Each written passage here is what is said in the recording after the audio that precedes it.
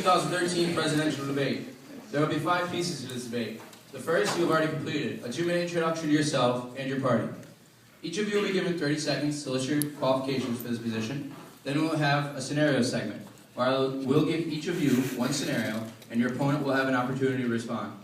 The fourth portion of this debate will be an opportunity for each of you to explain which aspects of the University of Tampa you will focus on and how you plan on doing so. At the end of this debate, you each have 20 seconds for closing remarks. So without further delay, let's get the debate going. Just get my timer on here. iPhone. All right. So first, we'll begin with scenarios. PK, you are first. No, the qualifications, excuse me. 30 seconds.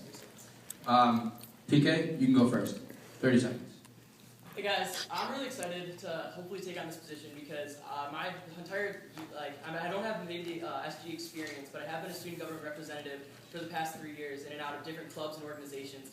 And actually this semester alone, in the past 2 months, I've actually traveled with the Office of Admissions to 11 different cities, ranging from LA to New York to Boston to Chicago, and representing and recruiting for the University of Tampa. The university is something that I'm so passionate about, I'm so excited about, and honestly I feel like there's so much more that we can bring, so much energy. Like I said, we're Stop. Okay, perfect. Jacob, go ahead with your qualifications for president. All right. As you heard before, I am also involved in student government currently. I've been a sophomore senator. I am currently campus-wide senator, and I do understand that there's changes that need to be made. One of the major points that I want to make is to bring all of the student organizations together in a tighter union to support each other. Now, how do I do this? Well, through the experiences that I've had before. I am dedicated to this point. And like I said, I've been vice president on for my fraternity and vice president on IFC also. Stop.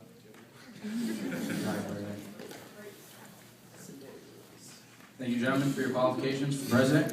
Next up, you will have 1 minute and 30 seconds to respond to a scenario. After each response, you will get to counter your opponent's response. Jacob, you will have the first scenario. Here's your scenario. The athletic department has been struggling with attendance in all of their games this month.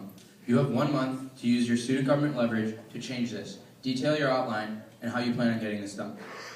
Right, and I think the 1 month is crucial. This position is only for 1 year, so there's going to be a progression, and we're going to have to implement things. Matt currently has done great things to implement to get more people out to the games.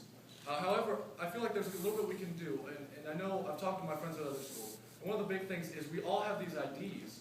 Well, we can use them to maybe as some type of point system or something to get out more people, because right now there's not that much involvement in athletics, and there needs to be more. We all need to go together. We all need to go out as organizations to support each other, too. That's how we get out involvement in general. How much more time? Is it a minute? You have 50 seconds. Okay, perfect. And like I said, Matt has done great things, and it's a progression. It's not going to change immediately. We understand this, but this is a key point, and this is something that will be addressed immediately if elected into office. And I do appreciate your votes. Yield my time to the chair. Thank you.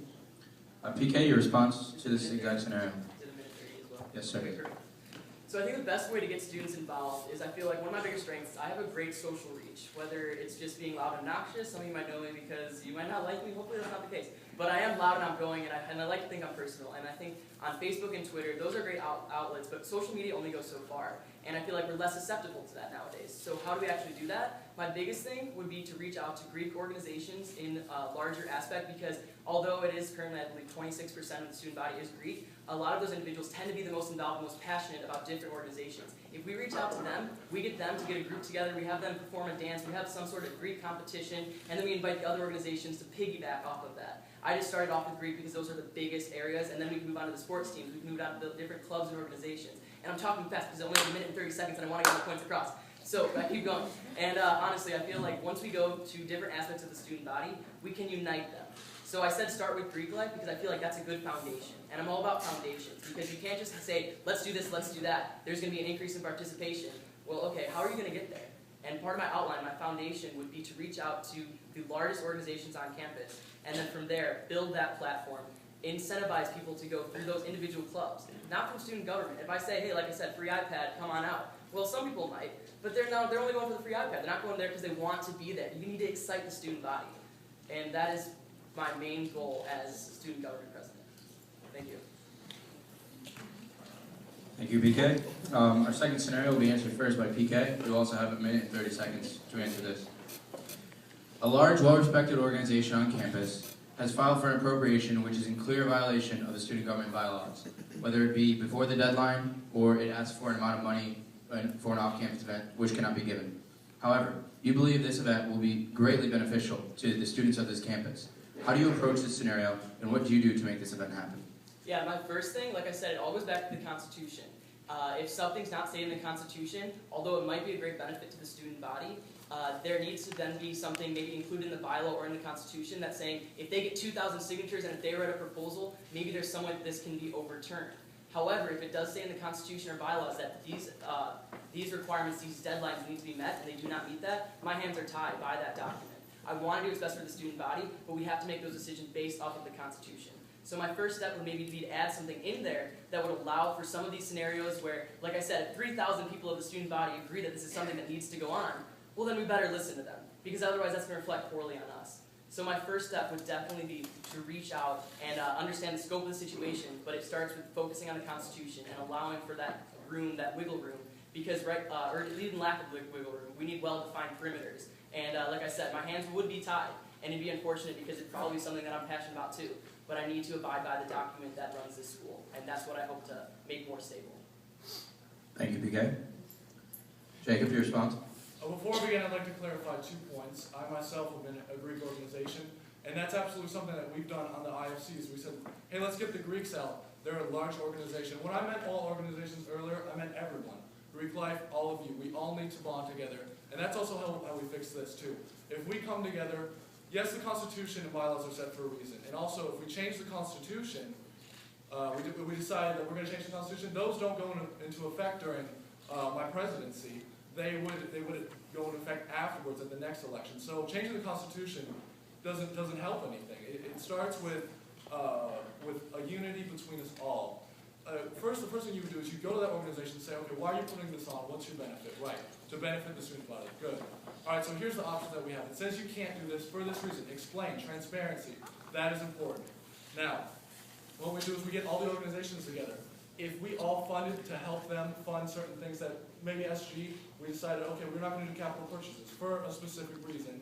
That reason would be, we don't want people buying computers that'll last for 10 years. So if we all came together and we all decided that we're going to raise money to help them, that's how we build unity. That's how we get people out there. So that is all for me. Thank you. Thank you, Jacob. Before our closing remarks, which are 20 seconds each, just want to loosen you guys up a little bit. Jacob, you can go first. If you were an animal, which type of animal would you be? Well, I'm going to have to go with giraffe.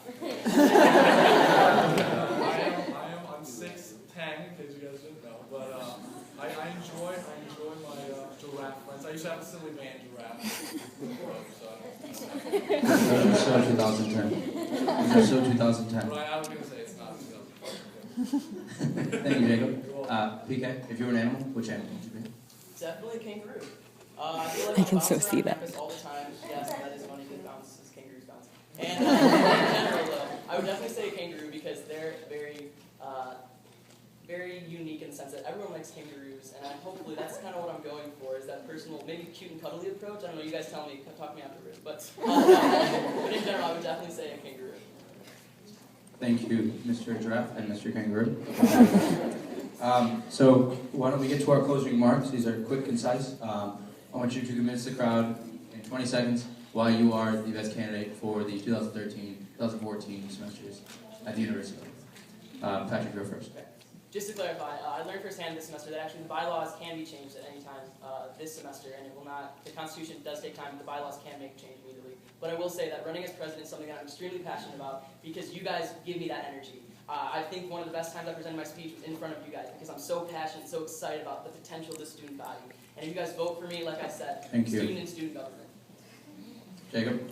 I just want to point out that I was dedicated to this organization and to you since day one I came in, and I decided that, you know what, student government is for me, and I want to work for you guys. I want to build us up together to make this university the best that it truly can be. Thank you. Thank you, Jacob.